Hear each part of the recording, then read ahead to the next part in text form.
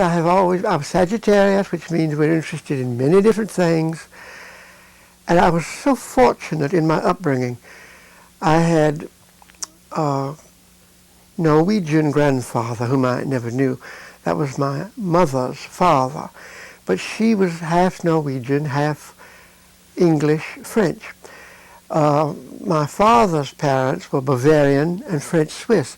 So I was raised with a sense of books, paintings, wine, food, all that stuff.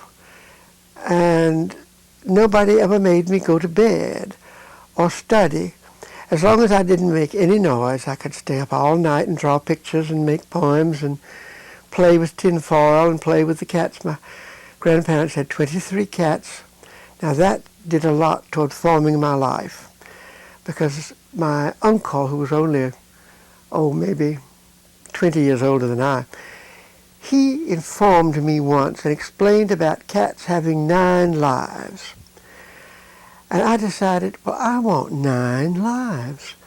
He said, each cat's life is different, and they go through 9 lives. I said, well, I want 9 lives. So that's what I've done.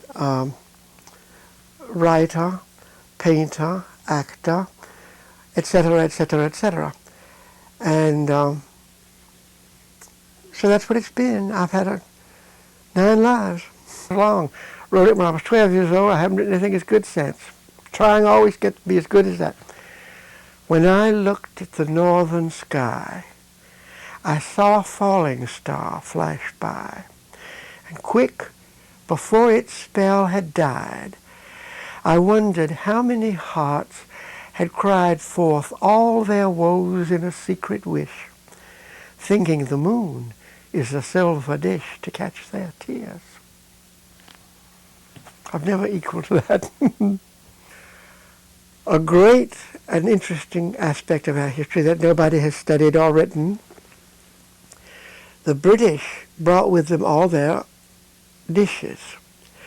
When they couldn't find the little tart wild apples that grow along the ditches and hedgerows in England, which is the basis of a green apple pie and preserves and jellies and chutneys in England, when they realized that the tomato was not a poisonous thing, after all it's a cousin of the nightshade, they could well be suspicious of it, they hit upon the green tomato as a substitute for the tart apples that grow wild in England.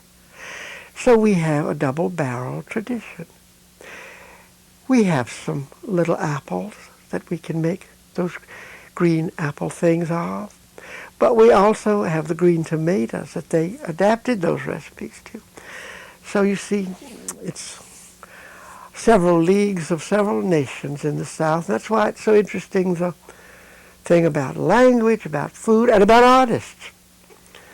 The Puritans didn't have a very high opinion of the necessity of art, but all of the others, the Africans, the Jewish, the Bavarians, the Spanish, the French, art was necessary, part of life, and they supported it. And so that's why Mobile, which is older than the United States, is a League of Nations and flies under 10 flags, some not yet identified.